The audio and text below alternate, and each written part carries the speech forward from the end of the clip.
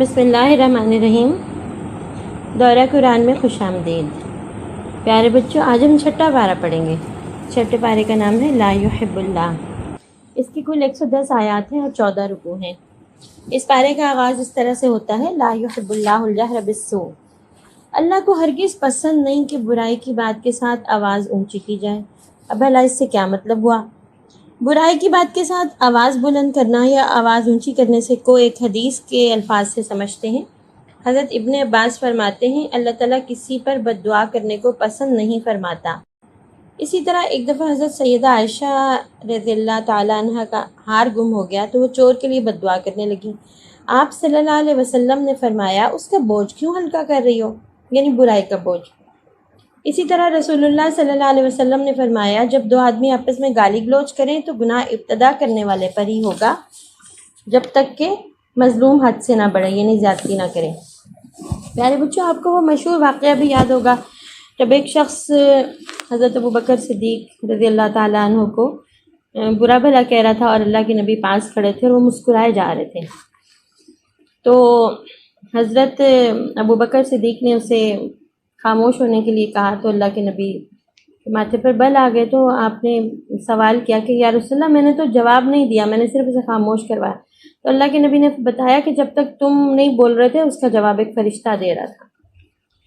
تو اسی بات کو سمجھ لیں کہ ہمیں کسی دوسرے کی برائی کا جواب کس طرح سے دینا چاہیے۔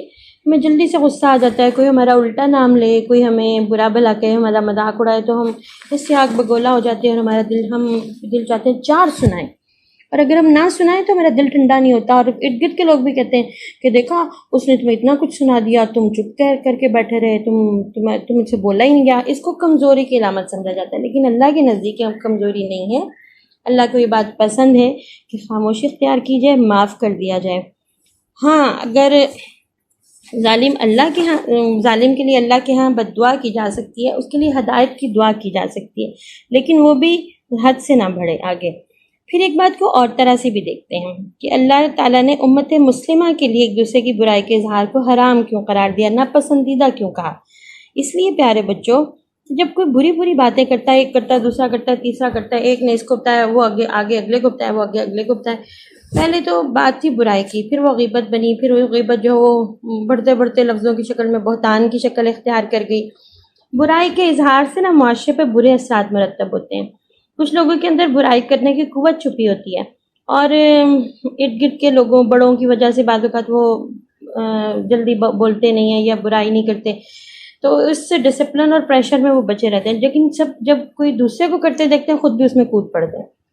کبھی کبھی ایسا ہوتا ہے نا، دو بچوں کی لڑائی ہوئی تو دو چار اور اس لڑائی میں آ کے شامل ہو گئے۔ تو ہمیں ان چیزوں سے بچنا ہے۔ جتنا زیادہ ہم برائیاں منہ سے کرنے یا سننے سے بچیں گے نا، اتنا ہی زیادہ برائی کا ماحول بنانے سے بچ جائیں گے۔ اور پھر اگلی آیت میں اللہ تعالیٰ ایک اور بات کرتے ہیں جس سے اس بات کو اور اچھی طرح ہم سمجھ سکتے ہیں۔ اللہ تعالیٰ کہتے ہیں ان تبدو خیرا او تخفوہ، اگر تم نیکی سب کے سامنے کرو یا اسے چھپاؤ، کسی کی برائی یا کسی کی برائی کو درگزر کرو، بے شک اللہ تعالیٰ تو بہت معاف کرنے والا ہے اور پوری قدرت رکھتا ہے۔ اب بھلا اس سے کیا مراد ہے؟ پہلی آیت میں یہ بتایا کہ برائی کا اظہار کرنا اچھا نہیں، اور یہاں اللہ تعالیٰ اپنے اوپر ایمان رکھنے والوں کو، اپنے فرمان بردار بندوں کو اس بات پر آمادہ کر رہا ہے کہ وہ بھلائی کے لیے کوشش کریں۔ نیکیاں کریں گے نا تو دوسروں کو بھی نیکی کرنے کا حوصلہ ہوگا، اس طرح نیکی کا ماحول پیدا ہو جائے گا۔ اعلانیہ نیکی کرنے سے ان معاشرے میں نیکیاں پروان چڑھتی ہیں۔ جب لوگ دوسرے ایک کو نیکی کرتے دیکھتے ہیں تو دوسرے کے دل میں بھی شوق پیدا ہوتا ہے میں بھی کروں۔ اس طرح کیا ہے، معاشرے میں معاف کرنے اور دوسرے کو آسانی مہیا کرنے اور نیکی کرنے کی ترغیب پیدا ہوتی ہے۔ تو انشاءاللہ امید ہے کہ آپ کو کرنے کی بات سمجھ میں آ گئی ہوگی کہ ہم نے برائی کرنے میں حصہ نہیں لینا، بری باتوں میں کو آگے پھیلانے میں حصہ نہیں لینا، نیکی کرنی ہے، کبھی چھپ کے کبھی سب کے سامنے۔ تو نیکی کا ماحول پیدا کرنے میں ہم نے اپنا حصہ ادا کرنا ہے، ٹھیک ہے۔ اللہ رب العالمین کا فرمان ہے کہ آپ درگزر اختیار کریں اور نیکی کا حکم دیں اور جاہلوں سے کنارہ کشی اختیار کر لیں۔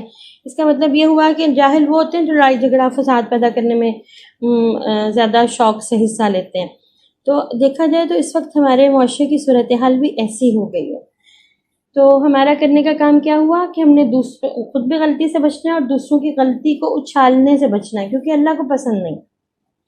پھر اس کے بعد ہم دیکھتے ہیں کہ اللہ تعالیٰ ہمیں یہ بتاتے ہیں کہ اللہ پہ ایمان لانے کے ساتھ ساتھ اللہ کے رسولوں پر بھی ایمان لانا ضروری ہے، اور سارے رسولوں پر، ہر نبی ہر رسول پر ایمان لانا ضروری ہے۔ ہر نبی کا ایک مقام ہے، ہم نے ایک نبی کو دوسرے سے الگ کرنے یا کسی کو زیادہ اچھا کسی کو زیادہ، جیسے یہودیوں نے حضرت موسیٰ کو اور عیسائیوں نے حضرت عیسیٰ کو اپنا نبی مانا اور باقی نبیوں سے انکار کیا، تو مسلمانوں کا کام یہ ہے کہ وہ اللہ کے بھیجے ہوئے تمام نبیوں پر، تمام رسولوں پر ایمان لائیں، اور جو وحی کے ذریعے انہیں اللہ تعالیٰ کا پیغام دیا گیا، جو آسمانی کتابیں دی گئی، ان پر بھی ایمان لائیں، اور اللہ کے نبی صلی اللہ علیہ وسلم کو آخری نبی مانیں۔ پھر اللہ تعالیٰ ہمیں بتاتے ہیں کہ اہل کتاب کی طرح حرام چیزوں کو حلال نہیں کرنا، ورنہ اس بات کی سزا تمہیں دنیا میں بھی ملے گی، اور پھر اللہ کے حکم پر عمل کرنے پہ کبھی شرمندگی محسوس نہیں کرنی، نماز پڑھنے میں، زکوٰۃ ادا کرنے میں، حجاب یعنی پردہ وغیرہ کرنے کے معاملے میں شرمندہ نہیں ہونا، بلکہ اس بات پہ اللہ کا شکر بھی کرنا ہے کہ اللہ نے ہمیں سے توفیق بھی دی، اور اس بات پہ اپنے دل میں اطمینان بھی محسوس کرنا ہے کہ اللہ تعالیٰ نے ہمیں ان لوگوں میں شامل کیا، امت کے ان لوگوں میں جنہوں نے اسلام کے ان شاعر کو زندہ رکھا۔ نیک اعمال کے لیے اللہ کا قرب حاصل کرنے کی کوشش کرنی ہے، اور کامیابی کے لیے نیکیوں میں آگے بڑھنے میں سبقت لے جانے کی کوشش کرنی ہے۔ پیارے بچوں، اللہ کو یہ بات بہت پسند ہے کہ ہم نیکیاں کرنے میں ایک دوسرے سے آگے بڑھیں۔ پھر اللہ تعالیٰ ہمیں بتاتے ہیں اس بارے میں کہ سچی دوستی اللہ اور اس کے رسول سے اور اہل ایمان سے رکھنی چاہیے۔ وہ لوگ جو دین کو کھیل تماشا بناتے ہیں یا اللہ کو نہیں مانتے، فیشن کے نام پہ، کبھی ماڈرن ہونے کے نام پہ، کبھی کسی نام پہ، تو ان سے بچ کے رہنا ہے، کیونکہ اگر ان سے ہم اچھی سی دوستی کر لیں گے تو پھر اس دوستی کے رنگ میں کبھی کبھی ہم وہ کام بھی کر جائیں گے جو اللہ کو ناپسند ہے۔ تو دوستی کا معیار اللہ نے کیا بتایا؟ اللہ نے کہا اللہ سے دوستی کرو اور اس کے رسول سے، اور پھر ان لوگوں سے جو اللہ سے ڈرنے والے لوگ ہیں، جو اہل ایمان ہیں، ان سے دوستی کرو۔ پھر اللہ تعالیٰ یہ بھی بتاتے ہیں کہ دین سے روگردانی کی سزا اللہ تعالیٰ یہ دیں گے کہ لوگوں کو ختم کر کے ان لوگوں کو ختم کر کے نئے لوگوں کو اللہ دین کی ذمہ داری دے دیں گے، جو اللہ سے محبت کریں گے اور اللہ ان سے محبت کرے گا۔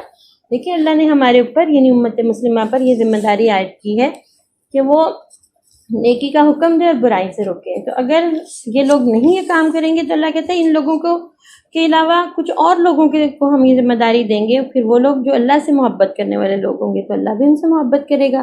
تو ہم نے کوشش یہ کرنی ہے کہ ہم خود یہ کام کریں، امت کے ان لوگوں میں شامل ہو جائیں جن کو اللہ نے سب سے بہتر لوگ، چنے ہوئے سلیکٹڈ لوگ کہا۔ دیکھیے سلیکٹڈ لوگ وہ ہیں جن سے اللہ اپنے دین کا کام لے لیتا ہے، اور ہم نے اس بات کے لیے دعا بھی کرنی ہے کہ اللہ ہمیں سلیکٹڈ لوگوں میں شامل رکھے۔ پھر اللہ تعالیٰ نے عیسائیوں کی تعریف ان کے تکبر نہ کرنے کی وجہ سے کی ہے۔ تکبر اللہ کو سخت ناپسند ہے، اور تکبر سے یعنی اپنے آپ کو بڑا سمجھنے سے بچنا چاہیے، اپنی غلطیوں خامیوں پہ نظر رکھنی چاہیے، عاجزی ان کے ساری اختیار کرنی چاہیے۔ پھر اللہ تعالیٰ ہمیں کہتے ہیں کہ دشمنی میں بھی کبھی انصاف کو نہیں چھوڑنا چاہیے۔ جو لوگ اللہ سے ڈرتے ہیں وہ اپنی دشمنی میں بھی انصاف کو ہاتھ سے نہیں جانے دیتے۔ حسد سے بچنے کے لیے اللہ تعالیٰ نے ہمیں توجہ دلائی ہے۔ آپ کو پتہ ہے نا حسد کیا ہے؟ کسی کے پاس اچھی چیز دیکھ کے جل جانا کہ بس اس کو نہ ملے، اس کے پاس یہ کیوں آ گئی، اس سے چھینی جائے، اس کے پاس یہ کھلونا آئے، اس کے پاس یہ چیز جو آ گئی نا کسی طرح خراب ہی ہو جائے۔ ایسی فیلنگس کو ہم جیلسی یا حسد کہتے ہیں۔ اور آپ یہ دیکھیں کہ یہ حسد ہی کی وجہ سے جو حضرت آدم علیہ السلام کا بیٹا تھا نا قابیل، اسے اپنے بھائی سے حسد محسوس ہوا، جس کی وجہ سے اس کے لیے آسان ہو گیا کہ وہ اپنے بھائی کو قتل کرے اور اس کی جان لے لے۔ تو اللہ تعالیٰ یہاں پر قابیل کا واقعہ بیان کرتے ہیں اور یہ کہتے ہیں کہ قابیل نے اس دنیا میں قتل کی ابتدا کی تھی، اپنے بھائی کو قتل کر دیا، اللہ کی بات نہیں مانی۔ تو دنیا میں پھر جتنے لوگ قتل ہوتے آئے ہیں نا اب تک یا قیامت تک، ان سب کے قتل کا گناہ میں قابیل کو ملے گا، اس شخص کو بھی ملے گا جس نے قتل کیا، قابیل کو بھی ملے گا، کیونکہ اس نے پہلا قتل کیا تھا۔ پھر اللہ تعالیٰ نے یہاں سے یہ بات سمجھائی کہ حسد ایسی بری بلا ہے جس نے بھائی کے لیے بھائی کی جان لینا آسان کر دیا۔ تو ہم نے یہ دعا کرنی ہے کہ اللہ تعالیٰ ہمیں حسد سے بچائے، ہم دوسروں کے بارے میں اچھی باتیں سوچیں اور بری باتوں سے بچے رہیں۔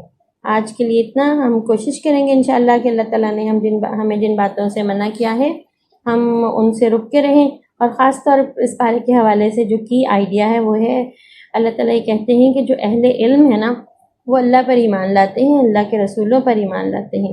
اہل علم کی خصوصیات اللہ تعالیٰ بیان کرتے ہیں۔ راسخون فی العلم، اللہ تعالیٰ بتاتے ہیں یہ وہ لوگ ہوتے ہیں جن کے پاس اصل میں علم ہوتا ہے، تو اس علم کا ان کی شخصیت پہ، ان کی ذات پہ، ان کی پرسنالٹی پہ کیا اثر آتا ہے کہ یہ اللہ سے ڈرتے ہیں، عاجزی اختیار کرتے ہیں، اپنے اوپر، اپنے نفس پہ نا زیادہ ڈسپلن قائم کرتے ہیں، خود اپنے آپ کو اللہ کی پسند میں ڈالتے ہیں، اور دنیا میں زیادہ دل نہیں لگتا ان کا، دنیا کی نعمتوں چیزوں کا بہت لالچ نہیں ان کے اندر ہوتا، بلکہ ان کے دل میں جنت کی اور اللہ کی رضا کی، اللہ کی خوشی کی زیادہ چاہت ہوتی ہے۔ پھر پیارے پیارے بچوں، اللہ تعالیٰ اسی پارے میں نا ہمیں قربانی کا فلسفہ بھی سمجھاتے ہیں۔ اللہ تعالیٰ ہمیں بتاتے ہیں کہ اپنے خواہشات کی، اپنی مال کی، اپنے وقت کی، اپنی صلاحیتوں کی جو قربانی ہے نا، وہ اللہ کو بڑی پسند ہے۔ قربانی اصل میں کس کو کہتے ہیں؟ ایسا کام جو اللہ کو خوش کرنے کے لیے، اس کو راضی کرنے کے لیے، اس کے قریب ہونے کے لیے کیا جائے۔ اس میں آپ کو یاد ہوگا اللہ تعالیٰ بار بار ہمیں حضرت ابراہیم کی مثال دیتے ہیں۔ تو قربانی کتنی طرح کی ہوتی ہے؟ جان کی قربانی، مال کی قربانی، خواہشات کی قربانی، اپنی کسی خواہش کو اللہ کی خاطر قربان کرنا۔ تو قربانی کی قبولیت کی بھی اللہ تعالیٰ کچھ شرائط بتاتے ہیں، وہ یہ کہ صرف اللہ کی خاطر اس کی نیت ہو، اور دل کی خوشی اور رضا کے ساتھ، مارے بندے بددلی سے نہ کی جائے، اور بہترین چیز اللہ کی راہ میں قربان کی جائے، اور اللہ سے ڈرتے رہے، اس بات کا دل میں شوق نہ ہو کہ کسی کو پتہ چلے تو لوگ ہماری تعریف کریں۔ کچھ ہی دنوں کی بات ہے نا پیارے بچوں، آپ کو یاد ہوگا فروری میں بسنت ہوتی ہے، تو کچھ بچوں نے مل کے نا، ہم لوگوں نے مل کے ایک ایکٹیویٹی کی۔ بچوں سے میں نے پوچھا کہ ان کا پتنگ اڑانے کو کیوں دل چاہتا ہے۔ میں نے انہیں بتایا کہ میرا بھی دل چاہتا ہے پتنگ اڑانے کو۔ بچے اس بات پہ نا بہت سخت حیران اور پریشان ہوئے۔ میں نے انہیں کہا آپ بھی مجھے بتائیں نا آپ کا کیوں دل چاہتا ہے، میں بھی بتاتی ہوں مجھے کیوں دل چاہتا ہے۔ تو انہوں نے کہا پہلے آپ بتائیں۔ میں نے کہا نہیں پہلے آپ بتائیں۔ تو بچوں میں سے کچھ نے کہا جی تھرل بہت فیل ہوتی ہے، جب تھریڈ ہمارے ہاتھ میں ہوتا ہے، پتنگ اوپر اڑا ہوتا ہے نا، تو ہمیں اس پہ تھرل فیل ہوتی ہے، بہت اچھا لگتا ہے۔ آسمان کے اوپر کسی نے بتایا رنگ برنگی پتنگ بہت اچھے ہوتے ہیں، مقابلہ ہوتا ہے کس کا اوپر نکل گیا کس کا نیچے، مقابلہ کرنے کا بڑا مزہ آتا ہے۔ اور پھر ایک بچے نے کہا کٹ جائے تو دکھ بھی بہت ہوتا ہے۔ اچھا پھر انہوں نے مجھے پوچھا آپ کو کیوں پسند ہے؟ میں نے کہا مجھے بھی اسی لیے پسند ہے کہ اس میں تھرل ہوتی ہے اور بہت مزہ آتا ہے کرنے میں۔ اچھا پھر میں نے انہیں پورا فلسفہ سمجھایا اس بات کو۔ دیکھیں گورنمنٹ بھی بار بار یہ کہتی ہے کہ پتنگ نہیں اڑانا، کیوں کہتی ہے؟ وہ کیوں آپ کو روکتی ہے؟ بھلا ہمیں اپنے بچوں کی خوشی بری لگتی ہے؟ تو کیونکہ ایک ایسا کھیل ہے جو ہمیں نقصان پہنچاتا ہے، اس میں انسانی جانیں ضائع ہو جاتی ہیں، چوٹ بہت زیادہ لگ جاتی ہے، کبھی کسی کا گلا کٹ گیا، کبھی انگلی کٹ گئی، ہاتھ کٹ گیا، زخمی ہو جاتے ہیں لوگ۔ اور سب سے بڑھ کر بات یہ ہے کہ اس موقع پہ کچھ اور برائیاں بھی اس کے ساتھ شامل ہو جاتی ہیں، لیکن لوگ خوشی اور جوش کے مارے یہی بھول جاتے ہیں کیا غلط ہے اور کیا صحیح۔ ہوائی فائرنگ ہے، نماز کا وقت ہے، نماز کا خیال نہیں ہے، امی نے آواز دی ہے، سامان سودا لانے والا ہے، ان کی بات نہیں مانی جا رہی، کتنے سارے گناہ اور برائیاں اکٹھی ہو جاتی ہیں۔ پھر کیا جائے، حل کیا ہے؟ مزہ تو ہم لینا چاہتے ہیں۔ پھر ہم نے ایک ایکٹیویٹی یہ کی کہ ہم نے کہا کہ ہم اللہ کی خاطر اس چیز سے بچیں گے، کہ ہم اللہ کو ایسا کام نہیں کریں گے جو ہمیں بہت سارے نیک کاموں سے روک دیتے ہیں۔ تو ہم نے ایک کاغذ بچوں سب میں تقسیم کیا جس کے اوپر ایک ہیڈنگ لکھی ہوئی تھی آؤ جنت کے لیے پتنگ جمع کریں۔ میں نے بچوں سے کہا کہ آئیے اس کے اوپر نا اپنی جو پتنگ آپ کو پسند ہے نا، جیسا آپ آپ جس طرح کا پتنگ خریدنا چاہتے ہیں ویسا اس کے اوپر ڈرا کریں، جو مرضی کلر اس پہ لگائیں، جتنا مرضی پیارا پتنگ کا ڈیزائن بنائیں۔ سب بچوں نے پتنگ کا ڈیزائن بنایا کہ ہم ایسا لینا چاہتے ہیں۔ میں نے کہا ہم مل کے بناتے ہیں۔ اچھا انہوں نے کہا مل کے بنائیں گے؟ میں نے کہا جی آپ بھی بنائیں میں بھی بنا دیں، کاغذ پہ تو ہم مل کے ہی بنا رہے تھے، ایسا اصل میں بنانے کو دل چاہتا ہے؟ انہوں نے کہا جی چاہتا ہے۔ میں نے کہا ایک طریقہ ہے ایسا بلکہ اس سے بھی زیادہ خوبصورت، ایک نہیں کئی ہمیں پتنگ مل سکتے ہیں۔ انہوں نے پوچھا وہ کیا؟ میں نے کہا ہم اس پتنگ کو نا اللہ کی خاطر جنت میں جمع کرا دیتے ہیں۔ وہ کیسے؟ بچوں نے پوچھا۔ میں نے کہا وہ ایسے کہ آج ہم یہاں پتنگ نہیں اڑاتے، ہم اللہ سے دعا کرتے ہیں کہ وہ ہمیں جنت میں لے جائے، اپنی رحمت سے مغفرت سے ہمیں معاف کر دے، ہماری چھوٹی موٹی کوتاہیاں غلطیاں بڑی ہیں چھوٹی ہیں معاف کر کے ہمیں جنت میں لے جائے، اور وہاں جا کے ہم پتنگ اڑائیں گے۔ ہم اپنی پتنگ کو جنت کے لیے جمع کر دیتے ہیں۔ آپ یقین کریں ان سب بچوں کو اپنی اس ہیبٹ کو کنٹرول کرنے میں، جن میں سے بچے خاصے عادی پتنگ باز بچے بھی تھے جن کے پیرنٹس بتاتے تھے کہ وہ باز نہیں آتے تھے، انہوں نے اپنے آپ کو کنٹرول کیا۔ تو اس طرح کی اور بھی کئی خواہشات انسان کے دل پہ حاوی ہوتی ہیں، وہ یہ کرے وہ کرے۔ تو پیارے بچوں، جب میں بھی چھوٹی تھی نا تو میں 8ویں میں پڑھتی تھی، تو میں نے اپنی خواہش کو اللہ کی خاطر مارا تھا، اس خواہش کو اللہ کے پاس جمع کرا دیا تھا۔ مجھے ابھی تک یاد ہے، میں 8ویں کلاس کی پارٹی ہوئی تو لڑکیوں نے مجھے کہا کہ آؤ تصویر بنواتے ہیں، تو میں نے کہا کہ میں تصویر نہیں بنواؤں گی۔ لڑکیوں نے مجھے کہا تمہاری امی یہاں پر نہیں ہے اور وہ نہیں دیکھ رہی۔ میں نے انہیں کہا، اور یہ بات میں نے نہیں کہی پیارے بچوں، یہ اللہ نے مجھ سے کہلوائی تھی۔ میں نے انہیں کہا میں اپنی خاطر نہیں، میں تو اللہ کی خاطر تصویر نہیں بناؤں گی، کیونکہ مجھے پتہ ہے اسے پسند نہیں، اور میں نے تصویر نہیں بنائی۔ اور میں نے اس دن اللہ تعالیٰ کو آواز دے کے بلا کے کہا تھا، اے اللہ تیری خاطر میری اس قربانی کو تو قبول کرنا۔ اور اب یقین کریں بچوں، اللہ نے مجھے اس کا ایسا صلہ دیا، میرے دل سے تصویر کا شوق ہی نکل گیا۔ وہ دن اور آج کا دن کبھی میرے دل میں شوق پیدا نہیں ہوا، کبھی بھی۔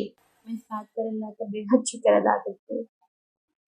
اب ہم اپنی چھوٹی چھوٹی خواہشات کو اللہ کے پاس جمع کرانے شروع کریں تو انشاءاللہ مجھے امید ہے کہ اللہ تعالیٰ ہمیں، اللہ اپنی رحمت سے، اپنی مغفرت سے ہمیں فیضیاب کرے اور ہمیں جنت میں لے جائے، تو ہم اپنی ساری خواہشات وہاں جا کے پوری کریں گے انشاءاللہ العزیز۔